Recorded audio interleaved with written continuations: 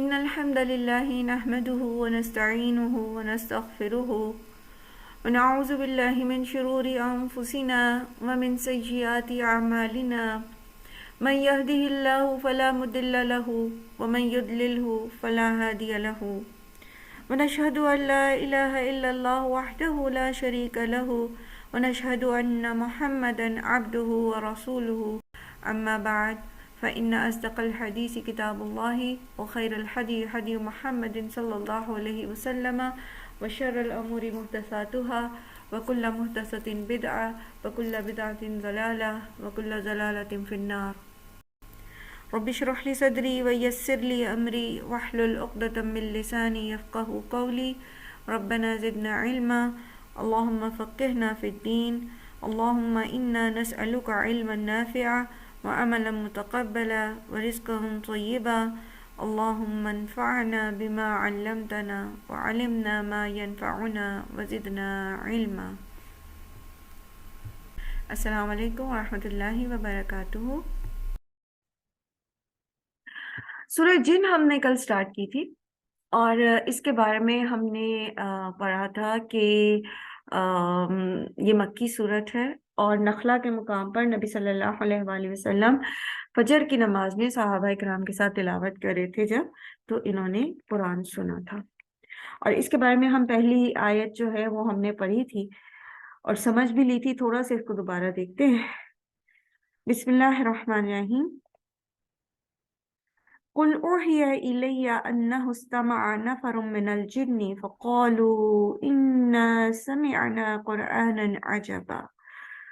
اب ان سے کہیے کہ میری طرف وحی بھیجی گئی ہے کہ جنوں کے ایک گروہ نے غور سے سنا پھر جا کر اپنی قوم سے کہا کہ ہم نے تو ایک بڑا ہی عجیب قرآن سنا ہے. قرآن کا معنی ہوتا ہے عربی زبان میں، قرآن کا معنی ہوتا ہے بار بار پڑھی جانے والی چیز، کوئی چیز جس کی قرات کی جائے، جس کو پڑھا جائے. آپ کہہ سکتے ہیں کہ پڑھنے والی چیز، ٹھیک ہے، اس کا معنی ہو سکتا ہے. تو جنوں کو بھی یہ نہیں پتا تھا کہ یہ اٹ سیلف اس کا نام ہی قرآن ہے جس کو پڑھا جا رہا ہے، تو انہوں نے اس سینس میں بات کی کہ ہم نے ایک پڑھی جانے والی چیز سنی ہے، یعنی جس کو پڑھا جا رہا تھا اور ہم نے اس کو سنا ہے.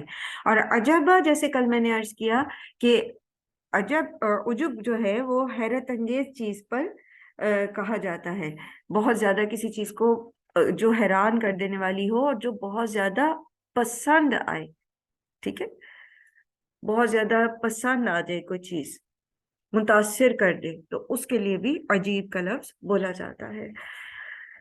تو یہاں پر چونکہ انہوں نے قرآن سنا، الفاظ سنے نبی صلی اللہ علیہ وآلہ وسلم سے، تو انہوں نے پھر جا کے یہ کہا کہ ہم نے ایک ایسا کلام سنا ہے جو اپنی زبان اور اپنے مضامین کے اعتبار سے بے نظیر ہے، یعنی اس کی کوئی مثال نہیں دی جا سکتی.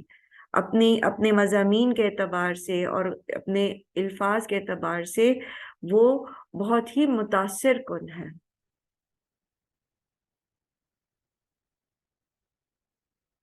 اب اس سے ہمیں ایک بات اور سمجھ آتی ہے، وہ یہ کہ جنات انسانوں کی زبانیں سمجھ سکتے ہیں. تو جنات جس علاقے میں ہوتے ہیں اس علاقے کی زبان وہ سمجھتے ہیں. جیسے اگر آپ پنجاب میں رہتے ہیں تو وہاں کے جنوں کو پنجابی سمجھ آتی ہوگی، اور اگر آپ سندھ کے علاقے میں رہتے ہیں تو وہاں کے جو جن ہوں گے، یو کین سے لوکل جن، جیسے ہم لوکل سٹیزن ہوتے ہیں نا، کہیں کے کسی جگہ کے شہری ہوتے ہیں لوکل، تو وہ لوکل جو وہاں کے جنات ہوتے ہیں تو وہاں کی زبانیں سمجھتے ہیں. یہ نہیں کہہ سکتے کہ جنوں کو ساری زبانیں آتی ہوں گی، لیکن یہ کہ علاقائی جس علاقے میں وہ رہتے ہوں گے وہاں کی زبان انہیں سمجھ آتی ہوگی. اور پھر یہ جنات جو ہیں یہ عرب ہی کے علاقے کے ہوں گے، اور پھر اس میں دوسری چیز یہ کہ یہ اس لیول کے عربی جانتے ہوں گے کہ وہ قرآن کا جو اسلوب ہے، قرآن کا جو اعجاز ہے، جس نے عرب کے بڑے بڑے جو زباندان لوگ تھے ان کو ہرا دیا اس چیز میں، جب انہیں چیلنج کیا گیا کہ آپ بھی اس طرح کی ایک بنا لو آیت اگر آپ کو لگتا ہے کہ وَإِن كُنتُمْ رَيْبٍ مِّمَّا نَزَّلْنَا عَلَىٰ عَبْدِنَا فَأْتُوا بِسُورَةٍ مِّن مِّثْلِهِ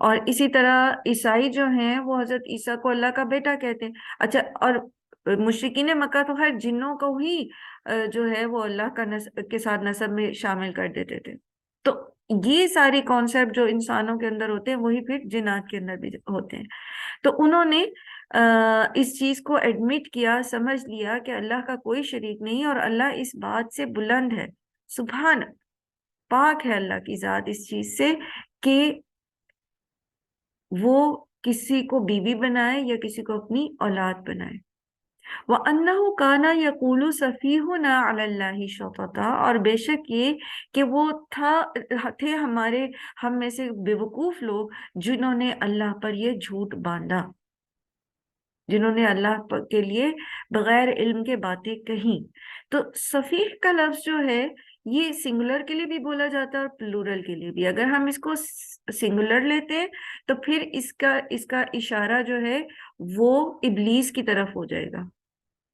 ابلیس کا کیا نام تھا؟ ابلیس تو کہتے ہیں نا بلاسا سے ہے، مایوس ہونے سے. تو عزازیل. عزازیل. عزازیل. ہاں جی، آئین سے ہے عزازیل. تو اس کی طرف اشارہ ہو جائے گا، ٹھیک ہے، شیطان کی طرف.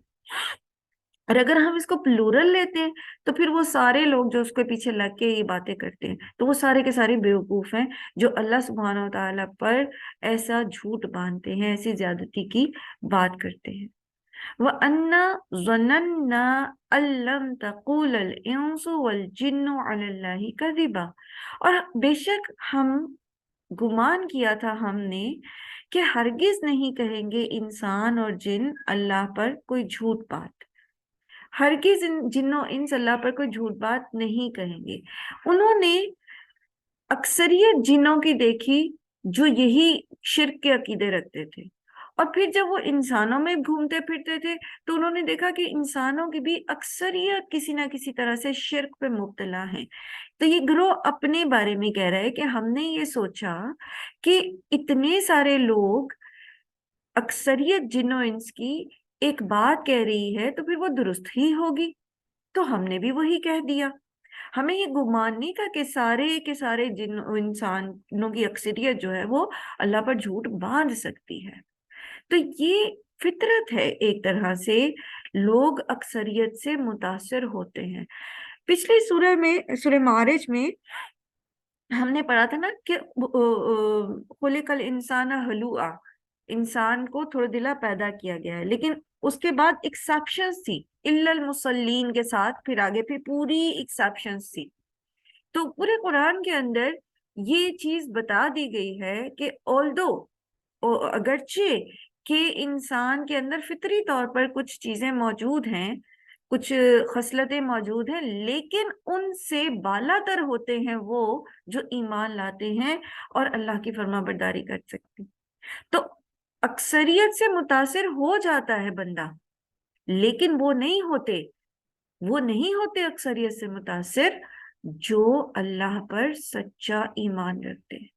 تو قرآن کریم میں بھی اللہ سبحانہ تعالیٰ نے ہمیں یہی ٹپ دی ہے، یہی چیز اصلاح کا نقطہ سمجھا ہے کہ اکثریت کے پیچھے نہیں چلنا، بلکہ جو حق اور سچ کہتا ہے اس کی بات مانیے، چاہے وہ صرف ایک ہو، چاہے وہ اکیلا فرد کھڑا ہو سینکڑوں کے مجمع میں اور سچی بات کہتا ہے تو سینکڑوں کے پیچھے نہیں لگنا، اس اکیلے کے ساتھ چلنا ہے.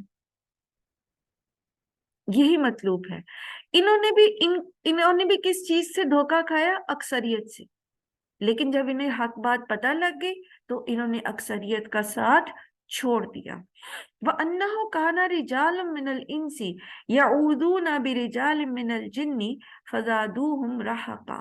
وَأَنَّهُ، اور بے شک وہ کانا تھے، رجال کچھ لوگ، رجال رجل ان کی جمع ہے، رجل کا مطلب ہوتا ہے مرد، ایک مرد. تو رجال پھر تمام لوگوں کے لیے آ جاتا ہے، مردوں کے لیے، عورتوں کے، کلیکٹیولی بھی انسانوں کے لیے بعض اوقات استعمال ہو جاتا ہے. من الانس، انسانوں میں سے، یعودون، وہ پناہ لیتے تھے، برجال، کچھ لوگوں کی، من الجن، جنوں میں سے، فزادوہم، تو انہوں نے زیادہ کر دیا انہیں، یعنی انسانوں نے جنوں کو زیادہ کر دیا، رہا کا سرکشی میں. ابن عباس کہتے ہیں کہ جاہلیت کے دور میں جب عرب جو ہیں وہ کسی سنسان وادی میں جاتے تھے، مثال کے طور پر جب ایک جگہ پانی اور چارہ کم ہو جاتا تھا تو پھر یہ بدو لوگ کیا کرتے تھے، اپنی خیمے، اپنی جھونپڑیاں اٹھاتے تھے اور اس جگہ کی تلاش کے لیے نکل جاتے تھے جہاں پر پانی اور ہریالی ہوتی تھی۔ اب یہ کرتے یہ تھے کہ پہلے کسی ایک شخص کو بھیجتے تھے اور وہ وہاں جا کر جو ہے تلاش کرتا تھا آگے، پھر اگر اس کو کہیں پر پانی اور ہریالی مل جاتی، جانوروں کے چارے وغیرہ کا انتظام مل جاتا، تو پھر وہ کیا کرتا، وہ اپنے عقیدے کے مطابق اس وادی کے بڑے جن کی پناہ لیتا۔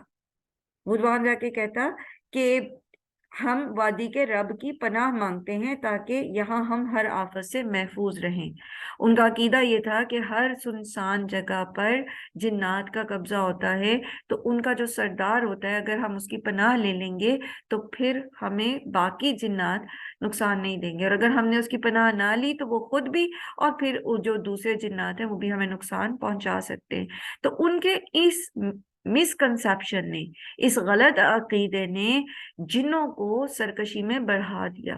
کل ہم یہی بات کر رہے تھے نا کہ جن اصل میں طاقتور نہیں ہے، جن اصل میں کمزور ہوتے ہیں، انسان زیادہ طاقتور ہے۔ اللہ تعالیٰ نے انسان کو علم کی طاقت دی ہے، تو جب آپ کو یہ معلوم ہو جاتا ہے، آپ کو یہ علم حاصل ہو جاتا ہے کہ تمام کی تمام طاقت کا منبع اللہ سبحانہ و تعالیٰ کی ذات ہے، سب پوری کی پوری قدرت جو ہے وہ صرف اللہ سبحانہ و تعالیٰ کے ہاتھ میں ہے، تو پھر آپ کسی مخلوق سے نہیں ڈرتے، پھر آپ کس کی پناہ لیتے؟ اس کی جس کے قبضہ قدرت میں ساری طاقت اور ساری قدرت کی نسبت انسانوں کے پاس طاقت ہے علم کی، اور اللہ تعالیٰ نے ہمیں علم دیا ہے اور ہمیں بتا دیا ہے کہ اصل طاقت کسی جن کے پاس نہیں بلکہ اللہ سبحانہ تعالیٰ کے پاس ہے۔ جن غیب نہیں جانتے، جنوں کے پاس طاقت نہیں ہے، جن آپ کو نقصان نہیں پہنچا سکتے اس وقت تک جب تک کہ اللہ کا اذن نہ ہو، جیسا کہ آپ کو کوئی انسان نقصان نہیں پہنچا سکتا جب تک کہ اللہ تعالیٰ کا اذن نہ ہو۔ اللہ تعالیٰ نے آپ کو کسی آزمائش میں مبتلا کرنا ہے تو اللہ تعالیٰ پھر جنوں انس کو اجازت دے دیتے ہیں، وہ پھر اپنے امتحان میں فیل ہوتے آپ کو نقصان پہنچا کے، وہ ان کی بھی آزمائش ہوتی ہے بیسیکلی، اور آپ کو آزمائش میں ڈالا جاتا ہے کہ اب آپ کیا کرتے، آپ شرک کرتے ہیں یا آپ اللہ پر بھروسہ کرتے ہیں اور اللہ ہی کے فرما بردار رہتے ہیں اور صبر اور شکر کرتے ہیں۔ بہرحال تو جب تک اللہ کا اذن نہیں ہوتا، اب آپ کا یہ علم آپ کو کیا کر دیتا ہے؟ اسٹرانگ کر دیتا ہے، جیسا کہ آپ کا علم موت کے بارے میں آپ کو قوت دیتا ہے۔ مسلمانوں اور کافروں کی بہت ساری جنگیں ہوتی رہی ہیں، دوسری جنگ عظیم کی غالباً بات ہے کہ اس کے بعد جو وہ تھا امریکہ کی فوج کا تھا غالباً، کوئی کمانڈر تھا، تو اس نے کہا تھا کہ مسلمان عجیب ہیں، یہ موت سے نہیں ڈرتے، یہ اس لیے موت سے بے خوف ہو کے لڑتے ہیں، کچھ اس طرح کی سٹیٹمنٹ تھی، ایگزیکٹ میرے ذہن میں الفاظ نہیں ہے۔ تو اس کی وجہ کیا ہے کہ مسلمان کو یہ پتا ہوتا ہے کہ میری موت کا جو وقت مقرر ہے اور جو جگہ مقرر ہے، نہ اس سے پہلے مجھے موت آنی ہے، نہ اگر وہ وقت آ گیا تو میں اس سے بھاگ سکتا ہوں، تو وہ پھر بے دریغ لڑتا ہے اور سر دھڑ کی بازی لگا کے لڑتا ہے، اور پھر اس کو یہ بھی پتا ہے کہ میں اللہ کی راہ میں جب جنگ کر رہا ہوں تو وہ شوق شہادت میں کہ اللہ مجھے نصیب کرے وہ موت، اسے پتا ہے کہ شہادت کا ریوارڈ کتنا ہے۔ تو علم انسان کو طاقت دیتا ہے، علم انسان کو مضبوط کرتا ہے، نفسیاتی طور پر، جذباتی طور پر۔ تو جنات کے پاس قوت نہیں تھی، ہوا یہ کہ ان لوگوں نے جب جا کے جنوں سے ہی پناہ مانگنی شروع کر دی، تو پھر جب آپ ایک بزدل کو طاقت دے دیں گے خود ہی، تو وہ پھر کیا کرے گا؟ وہ پھر چھوڑے گا، تو وہ اپنی سرکشی میں اپنے تئیں جن جو ہیں وہ اپنے آپ کو طاقتور سمجھنا شروع ہو گئے کہ ہاں ہم تو بہت طاقتور ہیں کہ یہ انسان جو ہے یہ ہماری پناہ لے رہے ہیں۔ تو کیا کرنا چاہیے؟ کس کی پناہ لینی چاہیے؟ کس کی پناہ لینی چاہیے؟ اللہ کی اللہ کی لینی چاہیے نا، ٹھیک ہے؟ اسی لیے ہم سب کیا پڑھتے ہیں؟ اعوذ باللہ من الشیطان الرجیم، ٹھیک ہے؟ تو کیا پھر جب ہم اللہ کی پناہ لے لیں پھر اس کے بعد بھی ہمیں ڈرنا چاہیے جنوں سے؟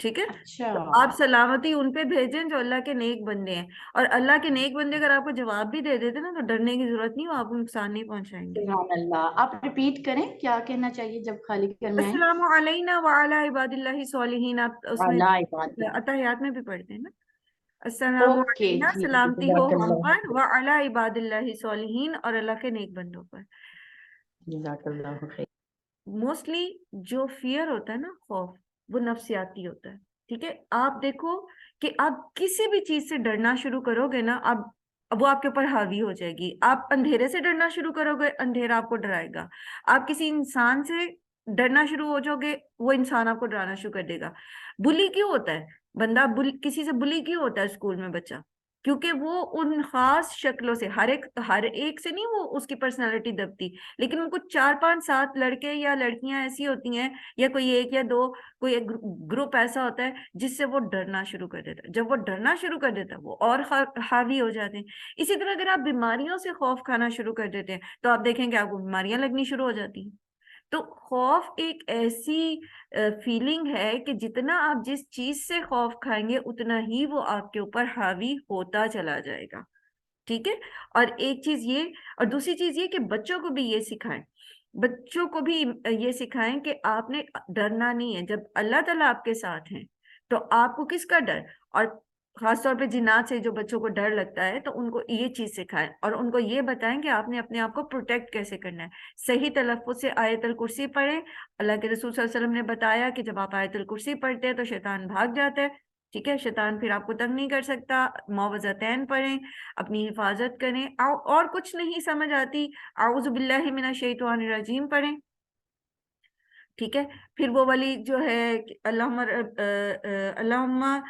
ربی اعوذ بک من ہمزات الشیاطین واعوذ بک ربی ان یحضرون. ٹھیک ہے, اس میں کریکشن کر لیجیے گا, یہ میں ویسے ہی آیت کے حوالے سے نہیں بتا رہی, لیکن اللہ تعالیٰ سے اس چیز سے کے لیے دعا کرنا کہ اللہ تعالیٰ ہم شیطان کے ہمزات سے ہمیں اپنی پناہ میں رکھیں, اور یہ کہ اس چیز سے میں آپ کی پناہ لیتی ہوں کہ وہ میرے پاس آئے شیطان, کیونکہ اتنی کوئی خوبصورت جنات جو ہیں وہ کوئی خوبصورت نہیں ہوتے. آپ پتہ ہے جن خوبصورت نہیں ہوتے, لیکن بہرحال وہ کوئی بھی شکل اپنا سکتے ہیں, جانوروں کی شکل بھی بنا لیتے ہیں وہ, اور انسانوں کی شکل بھی بنا سکتے ہیں, لیکن آپ زیادہ طاقتور ہیں. ٹھیک ہے, سو ان چیزوں سے ڈرنے کی ضرورت نہیں. جب ہم ان چیزوں سے ڈرتے ہیں نا, تبھی ہم پھر غلط بندوں کے ہاتھوں پہ چڑھ جاتے ہیں, غلط عاملین کے پاس چلے جاتے ہیں. اور لگے ہاتھوں میں اس کی بھی تھوڑی سی آپ کو انفارمیشن دے دوں کہ اگر خدا نخواستہ کسی کو اپنے گھر میں کوئی ایسا مسئلہ نظر آتا ہے, جیسے جادو کے اثرات ہوتے ہیں مثال کے طور پر, یا آسیب کے اثرات ہوتے ہیں, جس سب کے اوپر آسیب کے اثرات, کوئی آپ کو خواب ایسے نظر آتے ہیں مطلب میں وہ نہیں تفصیل میں نہیں زیادہ جاؤں گی کیونکہ بات پھر کہیں کی کہیں نکل جائے. تو جب آپ نے علاج کرنا ہے, یعنی اب آپ کی دشمنی پر یہ مخلوق مائل ہو ہی گئی ہے یا کسی نے جادو کے ذریعے آپ کے اوپر امپوز کر دی ہے, تو پھر جب آپ نے علاج کے لیے جانا ہے تو ایسے علماء کے پاس جانا ہے جو مسنون طریقے سے آپ کا علاج کریں, جو آپ کو تعویذ پہ کچھ لکھ کر دے دیں کہ اس کو گھول کے پی لو, جو آپ سے مریض کی ماں کا نام پوچھے, جو آپ سے کسی کوئی چیز منگوائے یہ لا دیں وہ لا دیں, جو آپ سے یہ کہ کسی خاص دن خاص وقت میں کوئی صدقہ کریں, چھت کے اوپر گوشت پھینکے, ٹھیک ہے, گوشت کا صدقہ کریں, چھت پہ ڈال دیں چیلوں کو, نہیں پلیز. ٹھیک ہے, وہ اپنے جنوں کو خوراک مہیا کرتے, یا آپ کو کسی خاص رنگ کا کپڑا لانے کا کہیں, ٹھیک ہے, یا آپ کو کچھ ایسا پڑھنے کے لیے بتائیں, یا آپ کے اوپر کچھ ایسا پڑھ کے پھونکے جو آپ کو سمجھ نہیں آ رہا, ایسے لوگوں کے پاس نہیں جاتے. خواہ وہ دیکھنے میں کتنے ہی پر نور چہرے ہوں, خواہ وہ دیکھنے میں کتنے ہی صاف ستھرے ہوں, کیونکہ اب وہ دور نہیں رہا جب جادوگر گندے بندے رہتے تھے. وہ جب انہوں نے اپنے عمل چلے کرنے ہوتے وہ رہتے گندے, لیکن بظاہر وہ آپ کو بڑے خوبصورت نظر آئیں گے, بڑے پیار سے بات کرنے والے, بڑے نیک شکل اور یہ اور وہ. لیکن یہ وہ ٹپس ہیں جو آپ نے یاد رکھنی ہے. ایسے کسی بندے کے پاس نہیں جانا, ایسے کسی بندے کو گھر کے اندر نہیں بلانا, کیونکہ یہ سب جو ہیں یہ جادو کے ذریعے جو ہے وہ کام کرتے ہیں. ٹھیک ہے, اور ان لوگوں سے بھی علاج نہیں کرانا جو کہتے ہیں ہمارے پاس موکل ہے.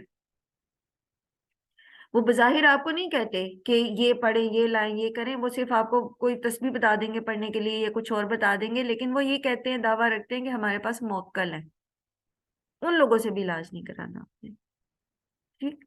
ان لوگوں سے علاج کرائیں جو آپ کو مسنون طریقہ بتاتے ہیں علاج کا، جو قرآن و سنت سے ثابت ہے. ایک چیز ہوتی ہے مسنون، جو نبی صلی اللہ علیہ وسلم نے بتایا ہے کہ یہ پڑھ لیں، ٹھیک ہے. اور ایک چیز ہوتی ہے کہ اصل سے ایکسٹریکٹ کرنا، جیسے قرآن کریم سے قرآن کریم میں شفا ہے، تو اسی طرح رقیہ شریعہ جو ہے وہ علماء نے قرآن کریم کی ان آیات کو اکٹھا کر کے جمع کی ہیں، وہ آیات ایک جگہ پر جو شیطان کو زجر و توبیخ کی گئی ہے، جس میں جادوگروں کو، موسیٰ علیہ السلام اور جادوگروں کے مکالمے ہیں ان آیات میں، اور جہنم کی سزا کی وعیدیں ہیں. تو وہ ساری آیات انہوں نے ایک جگہ اکٹھی کی ہیں اور وہ سنائی جاتی ہیں مریض کو. تو اب بظاہر نبی صلی اللہ علیہ وسلم نے رقیہ شریعہ تو ریکمینڈ نہیں کیا ہوا، لیکن آپ صلی اللہ علیہ وسلم نے یہ بتایا ہمیں کہ آپ دم کر سکتے ہیں، قرآن کے ذریعے علاج کیا جاتا ہے. اور پھر قرآن میں بھی آتا ہے کہ قرآن میں شفا ہے. اور پھر یہ کہ آپ صلی اللہ علیہ وسلم نے یہ بھی فرمایا کہ جس میں شرکی الفاظ نہ ہو ان الفاظ کے ساتھ دم کیا جا سکتا ہے. پھر جبرائیل علیہ السلام نے جو دم کیا نبی صلی اللہ علیہ وسلم پر، تو یہ ساری چیزیں جو ہیں یہ مسنون علاج کہلاتی ہیں. اس کے علاوہ بھی مسنون طریقہ علاج ہوتے ہیں ان چیزوں کے، لیکن وہ پھر ہم جب انشاءاللہ جب سورہ بقرہ میں دوبارہ پڑھیں گے جادو کے بارے میں تو پھر اس کو پڑھیں گے. لیکن اس سارے پروسیس میں آپ نے ڈرنا نہیں ہے، ٹھیک ہے؟ خدا نہ خواستہ کسی کو کوئی چیز نظر بھی آ جاتی ہے نا تو اس سے ڈرنا نہیں. جب اس چیز کو یہ پتا چلتا ہے نا کہ آپ خوف زدہ ہیں تو وہ آپ پہ حاوی ہوگی، وہ آپ پہ حملہ کرے گی یا آپ کو تنگ کرے گی یا آپ کو ڈرائے گی. جب آپ اس سے ڈریں گے نہیں تو وہ آپ کو ڈرا نہیں سکتی. سو بی بریو. جیسے بیماری آتی ہے نا ہمارے اوپر کوئی، تو یہ بھی بیماریاں ہوتی ہیں، جیسے جراثیم حملہ کرتے. اب کرونا جو تھا اس سے کتنے لوگ تھے جو اللہ رحم کرے، کتنے لوگ ٹینشن میں رہے اور کتنے لوگ پریشان رہے. لیکن بات یہ ہے کہ دنیا سے گئے وہی، وفات انہوں نے ہی پائی جن کا وقت مقرر آ گیا تھا. ادروائز لوگ جو تھے وہ وینٹیلیٹر سے واپس آ گئے، ٹھیک ہے، ٹھیک ہو گئے. تو جو ڈر کے پریشان ہو گئے ان پر اس جراثیم نے بھی زیادہ ایفیکٹ کیا ان کو، اور وہ ڈپریشن میں چلے گئے یا وہ اپنے آپ کو بے چین انہوں نے بے سکون رکھا، فائدہ کوئی نہیں ہوا. اسی طرح یہ چیزیں بھی ہوتی ہیں. جی امینہ ہینڈ ریز کیا ہوا، آپ کچھ کہنا چاہ رہی ہیں؟ امینہ عمران. چلے ہم آگے چلتے ہیں. السلام علیکم. وعلیکم السلام ورحمۃ اللہ. جی اپنا ایک ایکسپیرینس شیئر کرنا چاہ رہی ہوں. جی جی ریسنٹلی ہم نے گھر اپنا شفٹ کیا ہے، جی. لیکن جو پہلا گھر تھا اس گھر میں پرابلمس تھیں، مطلب چیزیں غائب ہو جانا، یہ وہ، ایون نظر بھی آتے تھے بچوں کو اسپیشلی، بڑوں کو بھی. لیکن الحمدللہ مجھے ان چیزوں سے اللہ کا شکر ہے نہیں، خوف سے نہیں آتا، کیونکہ یقین ہے کہ یہ چیزیں اللہ کے حکم کے بغیر نقصان نہیں پہنچا سکتی. بالکل. تو اللہ کا شکر ہے کبھی مجھے اس طرح کا ایکسپیرینس نہیں ہوا کہ مجھے کچھ نظر آ رہا ہو یا اس طرح سے.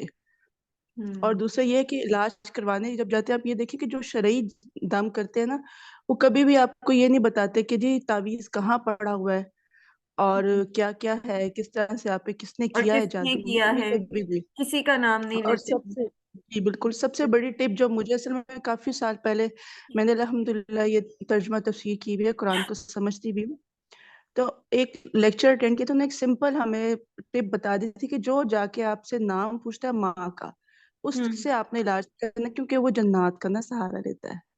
الحمدللہ اس سے یہ ہوتا ہے کہ اللہ کا شکر ہے کہ پھر انسان کا نا ایمان جب مضبوط ہو تو پھر یہ چیزیں بے شک کچھ کہہ نہیں سکتی آپ کو. بالکل. اور جزاک اللہ. یہی چیز ہم ابھی سمجھنے کی کوشش کر رہے ہیں نا کہ آپ کا علم آپ کو مضبوط کرتا ہے، اسٹرانگ کرتا ہے. لا بے علمی شک حالت آپ کو کمزور کر دیتی ہے، خواہ معاملہ بالکل کوئی بھی ہو، ٹھیک ہے. خواہ یہ تو جنات کا معاملہ ہے نا، دنیاوی معاملات میں بھی جتنا آپ کے پاس علم ہوتا ہے آپ اتنا اسٹرانگ ہوتے ہیں ایموشنلی، اور آپ معاملات کو بہتر طریقے سے ٹیکل کر سکتے ہیں. سو جہالت سے نکل آنے میں ہی خیر ہے. جزاک اللہ خیر امینہ.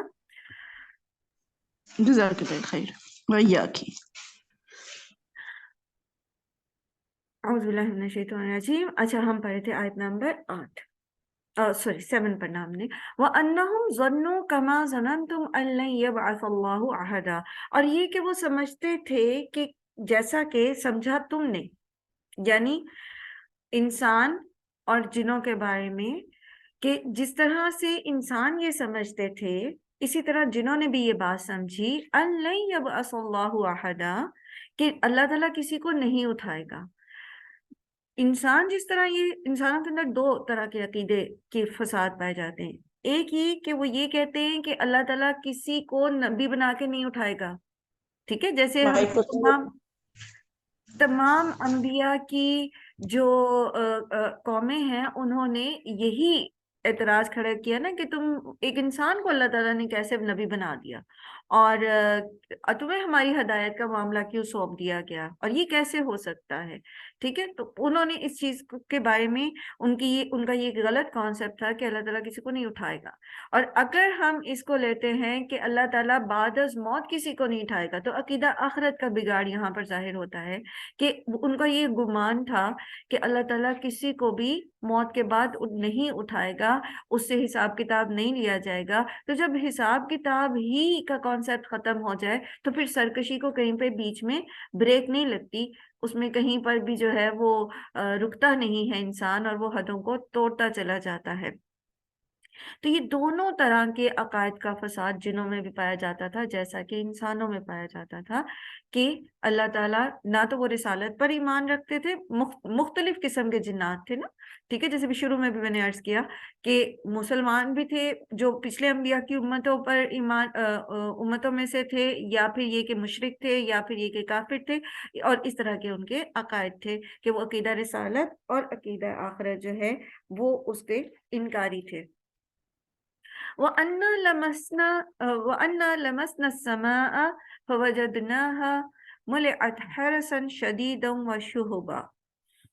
اب یہاں پر یہ چیز ہمیں پتہ ہے کہ دور جاہلیت میں کہانت جو تھی نا وہ ایک کاروبار تھی. یہ جو کاہن ہوتے تھے جو جنات کے ذریعے خبریں لیتے تھے لوگوں کی، اور یہ جیسے ابھی ہم نے ذکر کیا نا جو لوگ کہتے ہیں کہ ہمارے پاس موکل ہیں یا جو جادوگر ہوتے ہیں، تو یہ بیسیکلی کہانت کہلاتی ہے. تو نبی صلی اللہ علیہ وسلم کے دور میں بھی جو کہانت کا کاروبار تھا نا وہ بہت عروج پہ تھا، خاصا چلتا تھا. اور اس کاروبار کی بنیاد یہ تھی کہ ان کاہنوں کا تعلق جو ہے یہ شیاطین سے ہوتا تھا.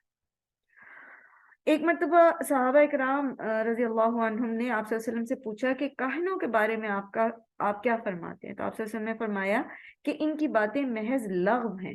صحابہ نے کہا کبھی تو ان کی بات سچ بھی نکل آتی ہے. تو آپ صلی اللہ علیہ وسلم نے فرمایا یہ وہ بات ہوتی ہے جو کاہن کو شیطان کے ذریعے معلوم ہوتی ہے، اور شیطان یہ خبر ملائے اعلیٰ سے اڑا لیتا ہے، پھر کاہن اس خبر میں 100 جھوٹ ملا لیتا ہے. یہ بخاری کی روایت ہے. تو یہ جو لوگ آپ کو یہ بتاتے ہیں نا کہ آپ کی چیز فلاں جگہ پڑی ہوئی ہے، اور یہ کہ جیسے کوئی چیز گم ہو جاتی ہے اور آپ کسی سے کہتے ہیں کہ جی وہ چیز گم ہوگی تو کہ جی اچھا فلاں جگہ پڑی ہوئی ہے جا کے لے لیں، تو یہ غیب کا علم کسی کے پاس نہیں ہوتا، یاد رکھیے. تو اس کا مطلب کیا ہے کہ وہ پھر اپنے شیاطین کے ذریعے کمیونیکیٹ کرتے ہیں ان شیاطین سے جو آپ کے گھر میں موجود ہے، جو آپ کو آپ کے بچپن کی باتیں بتاتا ہے. جو شخص کوئی جس کے پاس آپ علاج کرانے جاتے ہیں وہ آپ کو آپ کے بچپن کی باتیں بتاتا ہے، جو آپ کو یہ بتاتا ہے کہ آپ ابھی گھر سے کیا کھا کے آئیں، جو آپ کو یہ بتانے کی کوشش کرتا ہے کہ کل آپ کے ساتھ کیا ہوگا. یہ سب کہانت ہوتی ہے، یاد رکھیے. اور کاہن کے پاس جانے والے کا ایمان ضائع ہو جاتا ہے. وہ پیچھے بھی آپ نے پڑھا تھا نا کہ نبی صلی اللہ علیہ وسلم نے کیا فرمایا تھا کہ جس نے کسی کاہن کے بات پر کسی کاہن کی بات پر ایمان لے کر آیا تو اس نے اس چیز کا انکار کر دیا جو محمد صلی اللہ علیہ وآلہ وسلم پر نازل ہوئی ہے. یعنی اس کا ایمان ہی چلا جاتا ہے، خطرے میں پڑ جاتا ہے صرف جانے سے ہی. تو پھر آگے جو جادو کرواتا ہے تو اس کا تو ایمان بالکل رخصت ہو جاتا ہے، اس کو تو تجدید ایمان کرنا پڑتا ہے اگر کسی نے جادو کروایا ہو کسی سے. تو be at the safe side, ٹھیک ہے. ایسے لوگوں سے بچے جو آپ کو غیب کی باتیں بتانے کی کوشش کرتے ہیں. اچھا، جنت کی زبان بھی سدرا نے میسج کیا، پہلے کیا تھا؟ اوکے جی سدرا، جنت میں بھی زبان ہوگی اور عین ممکن ہے کہ وہ عربی ہی ہو، ٹھیک ہے. باقی یہ کہ اللہ سبحانہ تعالیٰ بہتر جانتے ہیں کہ جنتیوں کی کیا زبان ہوگی، لیکن جیسے ہمیں قرآن کریم میں پتہ چلتا ہے کہ وہ ایک دوسرے پر سلامتی بھیجیں گے اور ایک دوسرے سے باتیں کریں گے، تو ہو سکتا ہے کہ وہاں پر بھی اسی طرح علاقائی زبانیں بھی ہوں، واللہ عالم. اور دوسری چیز یہ کہ پامسٹ بھی اسی میں آتے ہیں، ٹھیک ہے. اسی لیے پامسٹ اور یہ آگے کا آپ کا ہفتہ کیسا گزرے گا اور یہ جو ستاروں کی چال اور یہ وہ ساری یہ سب چیزیں اس کے اندر آ جاتی ہیں. اس کو پوری طرح سے اوائڈ کرنے کی ضرورت ہے. قطعی فور فن بھی اس میں انڈلج نہیں ہونا چاہیے، ٹھیک ہے. آپ کے ستارے کیا کہتے ہیں، یہ وہ جو کچھ بھی ہے. اب ہوتا یہ تھا کہ یہ جاتے تھے، کاہنوں کے جو جن تھے آسمان کی طرف جاتے تھے اور خبریں جو وہ آپ کو میں نے حدیث سنائی تھی نا ایک مرتبہ کہ جب اللہ سبحانہ تعالیٰ حکم دیتے ہیں کوئی فرشتوں کو تو اس کی آواز ایسی ہوتی ہے کہ جیسے کسی پتھر پر زوردار زنجیر کی آواز آتی ہے. تو پہلے تو فرشتے بالکل ہیبت اور اس سے جو ہے نا وہ ہو جاتے ہیں ایک طرح سے ایک سکتے کی کیفیت میں. اس کے بعد جو ہے وہ جب انہیں وہ آواز رک جاتی ہے تو پھر وہ ایک دوسرے سے بات کرتے ہیں کہ اللہ تعالیٰ نے ان کو کیا حکم دے دیا ہے، اور وہ حکم جو ہے وہ پھر ایک آسمان سے دوسرے آسمان تک وہ احکامات جو ہے اس کی ترسیل ہوتی ہے، جیسے اللہ تعالیٰ نے سسٹم بنایا ہوگا تو وہ ترسیل ہوتی ہے. تو پھر آسمان دنیا میں آ کے نا فائنلی ان فرشتوں کو وہ دے دی جاتی ہے ڈیوٹی جس نے مقام کرنا ہوتا ہے. جیسے مثال کے طور پر کہ کسی شخص کے موت کا وقت آ جاتا ہے تو آپ پتہ ہے ملک الموت کے ساتھ پوری ایک ٹیم آتی ہے فرشتوں کی، ٹھیک ہے. اب وہ ان کو بتایا جاتا ہے کہ جی فلاں جگہ آپ نے جانا ہے اور فلاں شخص کی جو ہے وہ روح جو ہے وہ قبض کرنی ہے. تو اب کاہن کے یہ جو شیاطین ہوتے ہیں نا یہ وہاں قریب انہوں نے اپنے اڈے بنائے ہوتے ہیں، اپنی سیٹ رکھی ہوئے ہوتے ہیں جو برج ہوتے ہیں نا، تو ان میں جو ہے انہوں نے جگہ بنائی ہوتی تھی. تو اب کوئی تھوڑی بہت آواز ان کے کان میں پڑ کہ جی یہ فلاں بندہ جو ہے اس کی موت ہونے والی ہے، تو وہ جا کے اپنے جادوگر کو اپنے کاہن کو بتا دیتے. عاطف آپ کا مائک نا بار بار آن ہو رہا ہے، پلیز ذرا اس کو دیکھیے گا. تو اب کیا ہوتا تھا کہ وہ تھوڑی سی بات پڑ گئی ان کے کان میں، وہ جا کے کاہن کو بتائیں گے، کاہن کہے گا جی فلاں جو ہے نا بندہ مرنے والا ہے. اور پھر جب وہ مر جاتا وہ بیچ میں اپنی طرف سے جیسے نبی صلی اللہ علیہ وسلم نے بتایا کہ جھوٹ سچ ملا کے کچھ سٹوری بنا کے وہ بتا دیتا. تو اگر جب وہ مر جاتا تو لوگ پھر کہتے جی یہ تو بڑا پہنچا ہوا بندہ ہے اور اس کے پاس تو بڑا علم ہے اور اس کے پاس غیب کا علم ہے. تو اس کام کے لیے جاتے تھے. اب ہوا یہ کہ جب یہ اب انہوں نے جانے کی کوشش کی، یہ اس پرٹیکولر گروہ کی بات ہو رہی ہے، ٹھیک ہے. تو وہ کہتے ہیں کہ ہم نے بڑے ہی شدید پہرے پائے وہاں پر، وَأَنَّا كُنَّا نَقْعُدُ مِنْهَا، اور ہم تھے بے شک ہم بیٹھتے اس میں، یعنی وہ اپنی جو انہوں نے جگہ بنائی تھی مقاعدہ بیٹھنے کی جگہوں پر، لِلسَّمْعِ سننے کے لیے. کیا سننے کے لیے؟ وہ جو فرشتے آپس میں باتیں کرتے. فَمَن يَسْتَمِعْ، تو جو کوئی غور سے سنتا ہے، الآن اب جو کوئی سنتا ہے، یجد لہو شہاب رصدا، تو پا لیتا ہے اسے ایک شعلہ گھات میں. اور سورہ ملک میں بھی ہم نے اس کو تفصیل سے پڑھا کہ جب قرآن کریم کا نزول شروع ہوا اس وقت پھر یہ انتظام کیا گیا کہ یہ شیاطین جو ہیں کسی قسم کا کوئی خلل جو ہے وہ اس میں نہ ڈال سکے، تو ان کو بھگانے کا انتظام اللہ تعالیٰ نے کیا اور ان کے پیچھے شہابیے لگا دیتے. وَأَنَّا لَا نَدْرِي أَشَرٌ أُرِيدُ بِمَنْ فِي الْأَرْضِ، اور بے شک ہم نہیں جانتے کہ کیا کسی برائی کا ارادہ کیا گیا ہے ان کے ساتھ جو زمین میں ہے، ام اراد بہم ربہم رشدا، اور یا یہ کہ ان کے رب نے ان کے ساتھ خیر اور بھلائی کا ارادہ کیا ہے. اب جب یہ آسمان کی طرف جاتے تھے اپنی روٹین میں اور کچھ سن گن لینے، پہلے تو آرام سے چلے جاتے تھے اور سن کے آ جاتے تھے، لیکن اب جب ان کے پیچھے شہابیے لگنا شروع ہوئے تو ان کے اندر ایک تجسس پیدا ہوا کہ کیوں اب یہ ایسا کیوں ہو رہا ہے کہ ہمیں ایک لمٹ کے اوپر جانے نہیں دیا جا رہا، تو وجہ کیا ہے. تو یہ اپنی رائے کا اظہار کر رہے ہیں کہ ہمیں نہیں پتا کہ کیا معاملہ ہے، ایسا کیوں ہے. اس میں یا تو یہ کہ اللہ تعالیٰ زمین پر کسی قوم پر یکا یک عذاب نازل کرنا چاہتے ہیں، یا تو اس کے لیے یہ انتظام کیا گیا ہے، یا پھر یہ کہ کہیں کوئی رسول جو ہے ان کو نبوت دی گئی ہے، انہی کو اٹھایا گیا ہے، یعنی کسی رسول کی بعثت ہوئی ہے۔ اب اس سے ایک بات اور پتہ چلتی ہے کہ جنوں کا یہ والا جو گروہ تھا نا، یہ حق کی تلاش میں تھا، یہ علم رکھنے والا تھا، جتنا بھی علم تھا صحیح علم رکھنے اور اس کی تلاش کا شوق رکھتا تھا۔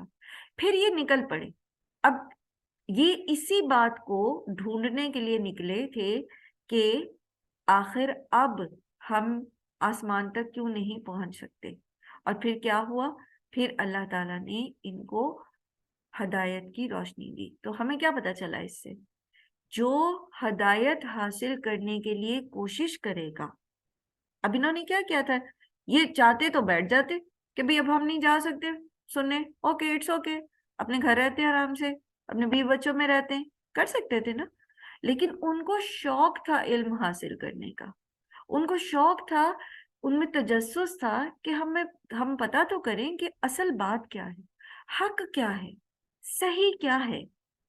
تو جب انہوں نے اس کے لیے کوشش کی تو اللہ تعالیٰ نے بھی ان کو راہ دکھا دی۔ تو اپنے اندر کے شوق کو ختم نہ ہونے دیں، اپنے اندر جو علم کا تجسس ہے اس کو ختم نہ ہونے دیں، اس کے لیے کوشش کریں، اس کے لیے نکلیں، جہاں سے صحیح بات مل سکتی ہے وہاں تک پہنچنے کی کوشش کریں۔ وَأَنَّا مِنَّا الصَّالِحُونَ، اور بے شک ہم میں سے ہیں نیک، وَمِنَّا دُونَ ذَلِكَ، اور ہم میں سے ہیں اس کے علاوہ بھی، كُنَّا طَرَائِقَ قِدَدًا، اور یہ کہ ہم مختلف طریقوں پر ہیں۔ اب یہ اپنی قوم کو سمجھا رہے ہیں نا، ان کو بتا رہے ہیں کہ ہم میں کچھ نیک بھی ہیں اور کچھ بد بھی ہیں، کوئی وہ بھی ہیں جو صحیح رستے پر چلنے والے ہیں، اور وہ بھی ہیں جو محض سنی سنائی جو ہے وہ باتوں پہ چل رہے ہیں، ہم میں سے کوئی اخلاقی طور پر اچھا بھی ہے اور کوئی برا بھی ہے۔ تو بات دراصل یہ ہے کہ اس کا مطلب یہ ہے کہ ہم سب پرفیکٹ نہیں ہیں، ہم صحیح اور سچ جاننے کے محتاج ہیں۔ اگر ہم میں سے ہم صحیح ہوتے تو پھر سب ایک ہی طریقے پہ ہوتے نا، تو ہم میں سے کچھ دوسرے طریقے پر کیوں ہیں؟ تو اس سوال کا جواب جاننے کے ہم محتاج ہیں، تاکہ ہمیں وہ صحیح طریقہ مل جائے جو سب کے لیے درست ہے۔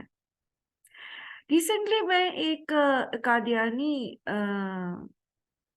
کا انٹرویو پڑھی تھی، جو ریورٹ ہو گئے، اللہ تعالیٰ نے ان کو ہدایت دی، اور وہ جو تھے وہ قادیانیوں کے جو لیڈرشپ ہے نا، ان میں سے ایک فیملی سے تعلق تھا ان کا۔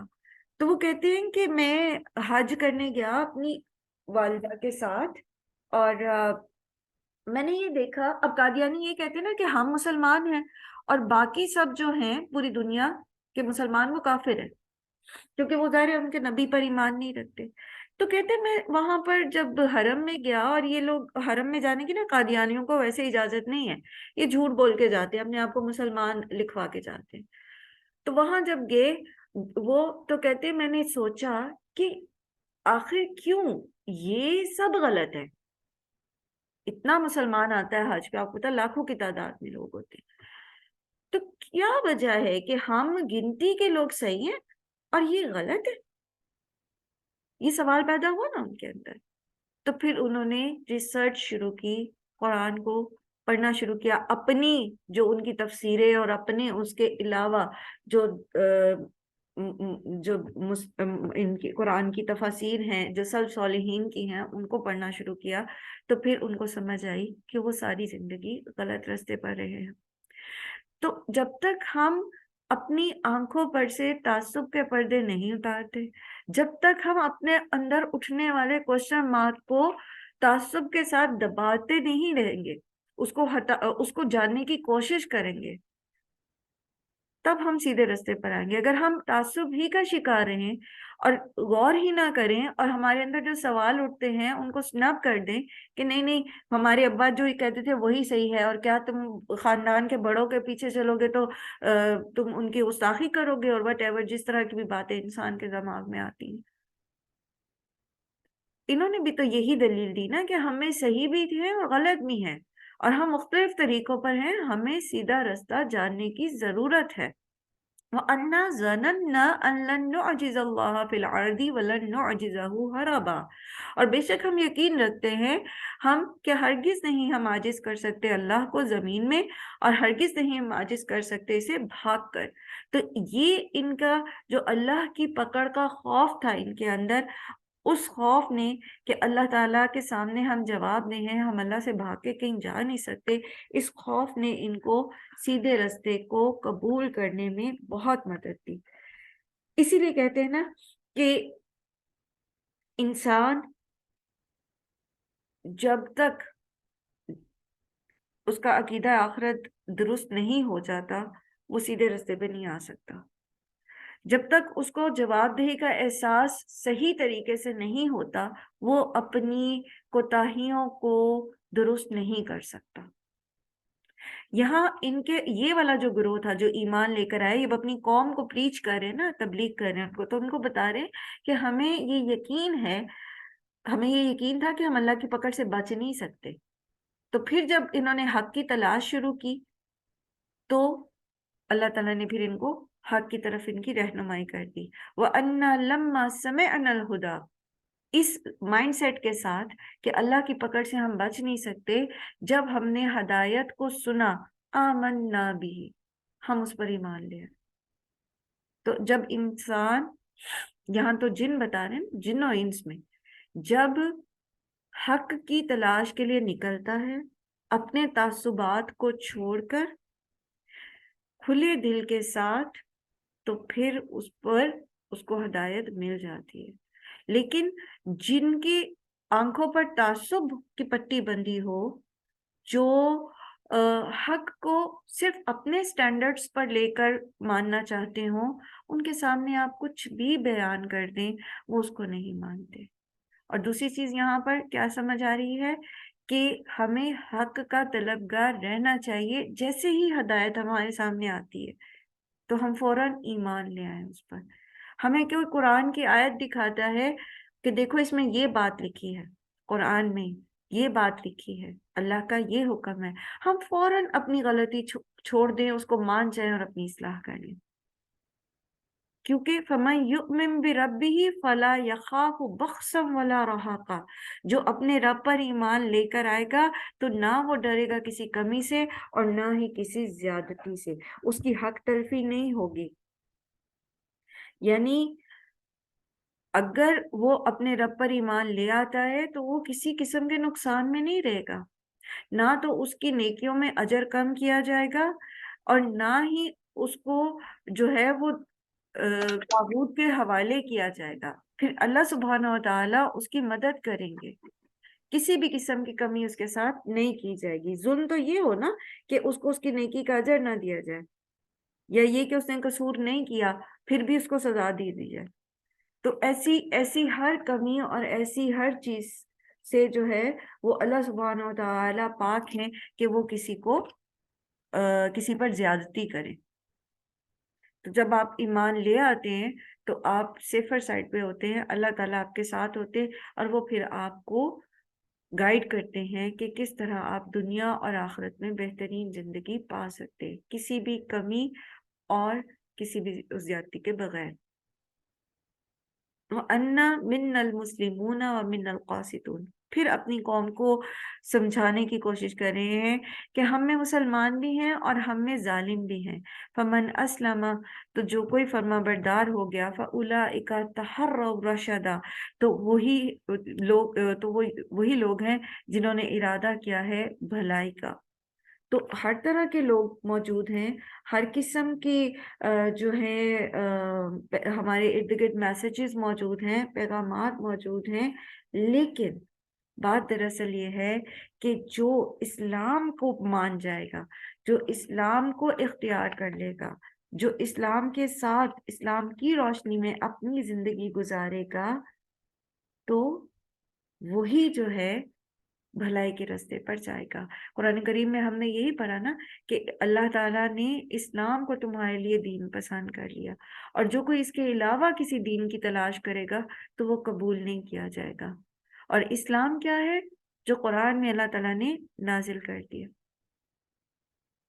اور جو اللہ کے رسول صلی اللہ علیہ وآلہ وسلم نے ہمیں سمجھا دیا۔ اور پھر یہ کہ اسلمہ فرما بردار ہونا، اور اسلام کا مطلب کیا ہے؟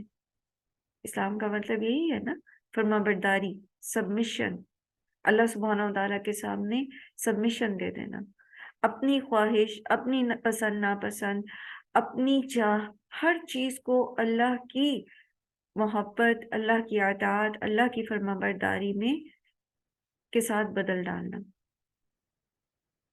یہی اسلام ہے اور یہی ریکوائرڈ ہے۔ جب اللہ کا حکم آ گیا، تو جیسے حضرت ابراہیم علیہ السلام کی یہی تعریف کی نا اللہ تعالیٰ نے قرآن میں، کہ قال لہ ربہ اسلم، جب اللہ تعالیٰ نے اس کا ابراہیم یہ کام کرنا ہے، and he said قال اسلمت لرب العالمین، انہوں نے فرمایا کہ میں رب العالمین کے لیے فرما بردار ہوں۔ اسی طرح روز ہمارے سامنے احکامات آتے ہیں اللہ تعالیٰ کے، روزانہ ہمیں پتہ چلتا ہے کہ اللہ تعالیٰ کس بات سے خوش ہوتے، کس بات سے راضی ہوتے۔ جیسے آج ہم نے کیا سیکھا؟ قولوا للناس حسنا، لوگوں سے بھلی بات کرو، اچھے الفاظ چناؤ کرو۔ تو ابھی اللہ تعالیٰ کا حکم ہے کہ آپ اچھے الفاظ چنیں۔ حدیث کی روشنی میں ہم نے یہ پڑھا کہ لوگوں سے اچھی بات کرنی ہے، پھر بھی ہم اپنے الفاظ کو درست کرنے کی کوشش نہ کریں تو پھر یہ اسلمہ تو نہ ہوا نا۔ پھر بھی ہم اپنی من چاہی ڈگر پہ چلتے رہیں، نہ اپنی آواز کی ٹون کو درست کریں، نہ ہم الفاظ کے چناؤ کو درست کریں، تو پھر یہ فرما برداری تو نہ ہوئی نا۔ ہم میں سے جن کے لہجے تیز ہیں ان کو نرم کر لینے کی ضرورت ہے۔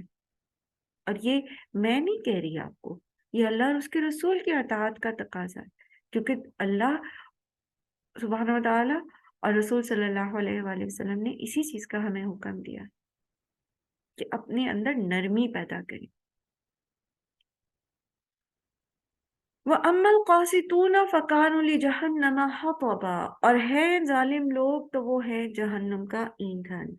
جو اللہ کی فرما برداری کرے گا، جو اطاعت کا راستہ اختیار کرے گا، وہ تو نجات پالے گا، اور جو حق سے منحرف ہے وہ جہنم میں پھینکا جائے گا۔ اب یہاں ایک سوال پیدا ہوتا ہے کہ قرآن کریم سے ہی ہمیں پتہ چلتا ہے کہ جنات تو خود آگ سے بنے، تو پھر جہنم کی آگ سے ان کو کیا تکلیف ہو سکتی ہے؟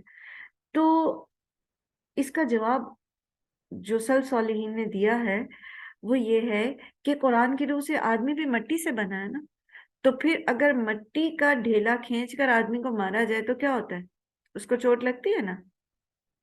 تو حقیقت یہ ہے کہ انسان کا پورا جسم اگرچہ زمین ہی کے مادوں سے بنا ہے، مگر جب اس سے گوشت پوش کا زندہ انسان وجود میں آ جاتا ہے تو ان مادوں سے بالکل مختلف چیز بن جاتا ہے، اور انہی مادوں سے بنی ہوئی دوسری چیزوں سے پھر اس کو اذیت بھی ملتی ہے۔ اسی طرح جن بھی اگرچہ اپنی ساخت میں آتشی مخلوق ہیں، آگ سے بنے ہیں، لیکن یہ بھی ہو سکتا ہے کہ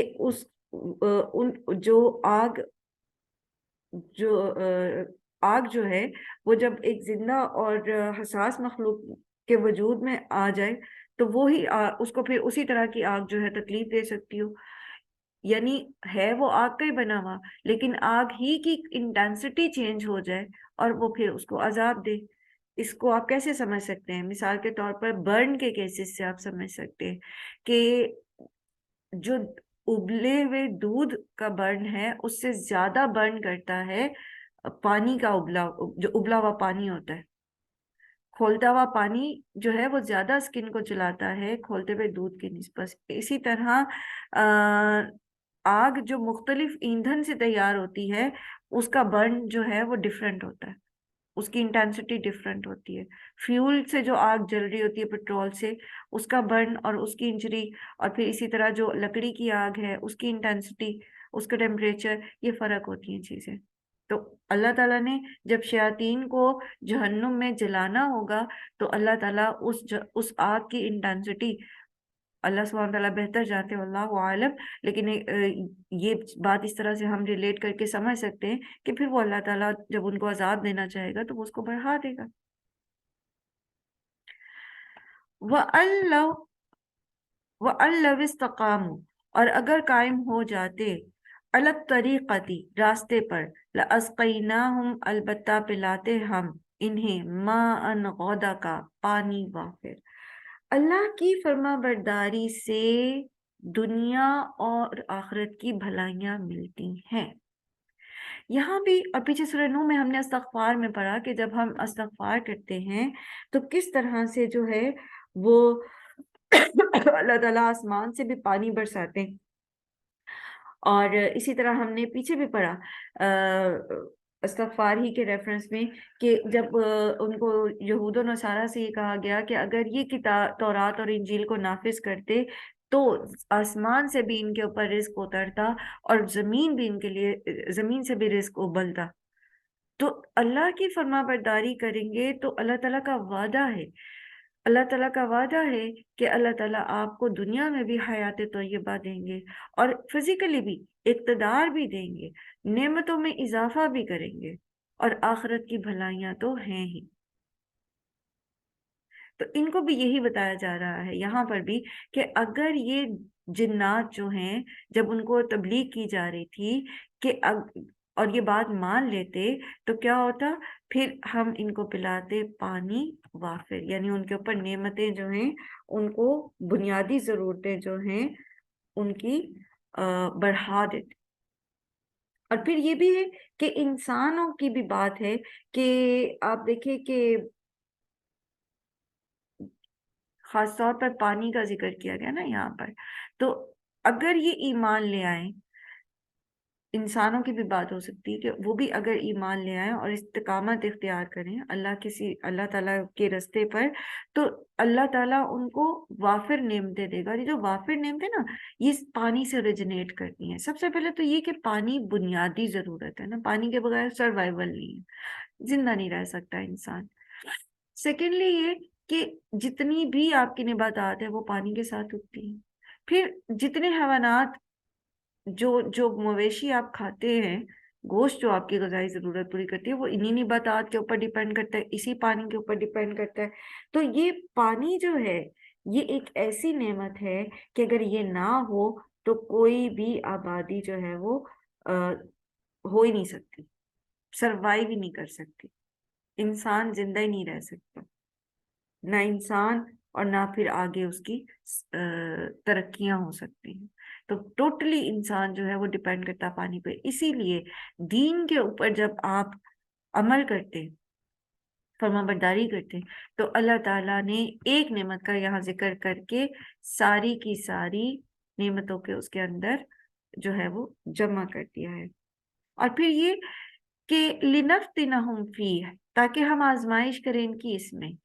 جب انسان اللہ کے سیدھے راستے پہ چلنا شروع کرتا ہے، اللہ اس کو نعمتیں دیتے ہیں اور ان نعمتوں کو پھر اس کا امتحان بنا دیتے ہیں کہ پھر اب یہ نعمت پا کر شکر گزار رہتے ہیں یا نہیں، اور یہ کہ ان نعمتوں کا صحیح استعمال کرتے ہیں یا نعمتیں پا کر اللہ کی راہ سے دور ہو جاتے ہیں۔ اور ہم میں سے ہر ایک نے ایسے نظارے دیکھے بھی ہوں گے، سنے بھی ہوں گے کہ جب کچھ نہیں ہوتا تو خوب، اور قرآن کریم میں انسان کی فطرت بھی بیان کی گئی ہے کہ جب وہ تکلیف میں ہوتا ہے تو اٹھتے بیٹھتے پہلو پہ اللہ کا ذکر کر رہا ہوتا ہے، اللہ کو یاد کر رہا ہوتا ہے، اور جب اللہ تعالیٰ اس کی وہ تکلیف دور کر دیتے تو وہ ایسے ہو جاتا ہے جیسے اس کے اوپر کبھی کوئی تکلیف آئی ہی نہیں تھی، ایسے اللہ کو بھلا دیتا ہے، ایسے اس کے ذکر سے منہ موڑ لیتا ہے۔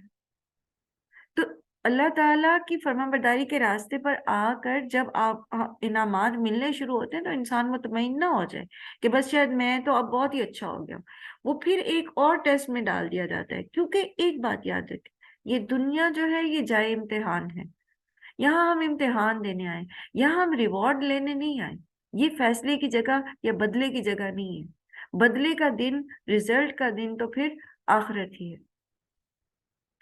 تو یہاں تو جو بھی مل گیا یا جو چھن گیا وہ سب امتحان ہی ہے.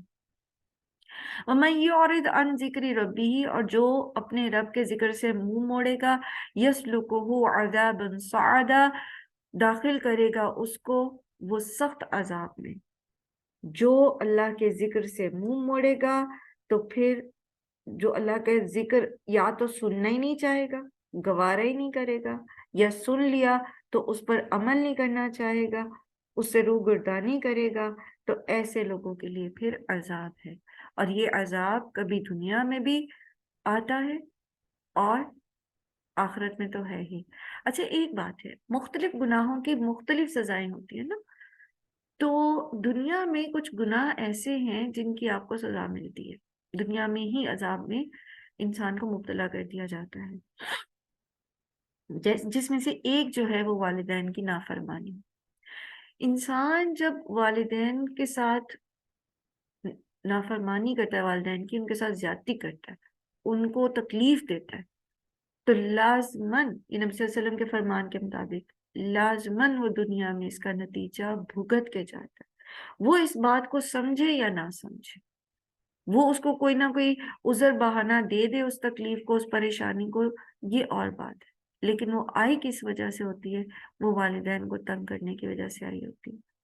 تو جن کے والدین حیات ہیں، اپنے والدین کو معروف میں راضی رکھنے کی کوشش کریں. جہاں وہ غلط بات کر رہے ہیں، اللہ کی نافرمانی کی بات کر رہی ہیں، وہاں پر بھی سختی سے پیش نہیں آنا ان سے. پیچھے آپ نے پڑھا کہ شرک پر بھی اگر وہ آمادہ کرتے ہیں تو بات نہیں آپ ان کی مانیں گے، لیکن پھر بھی آپ ان کے ساتھ زیادتی نہیں کر سکتے.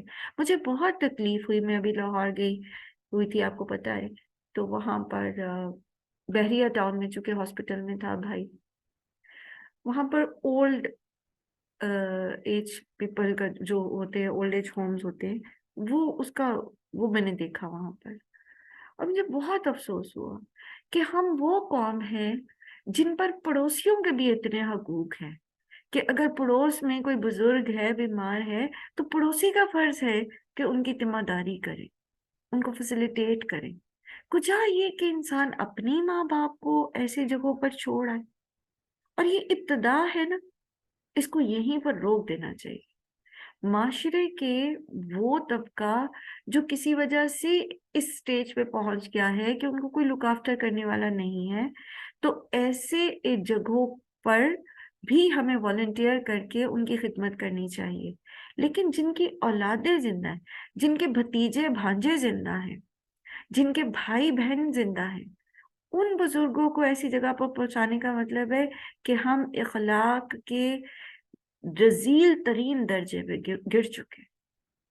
تو اپنے والدین کے لیے فکر کیا کریں، ان کے لیے آسانیاں پیدا کریں، ان کی فرما برداری کریں. اللہ سبحانہ و تعالیٰ ہمیں ہر معاملے میں اپنا فرما بردار بنائے، اور اللہ سبحانہ و تعالیٰ اس میں ہمیں حکمت اور آسانی نصیب کرے اور بہترین مددگار نصیب کرے کہ ہم اپنی آخری سانس تک اللہ کے فرما بردار رہیں. وآخر دعوانا الحمد للہ رب العالمین. سبحانک اللہم و بحمدک، نشہد ان لا الہ الا انت، نستغفرک و نتوب الیک. السلام علیکم و رحمۃ اللہ وبرکاتہ.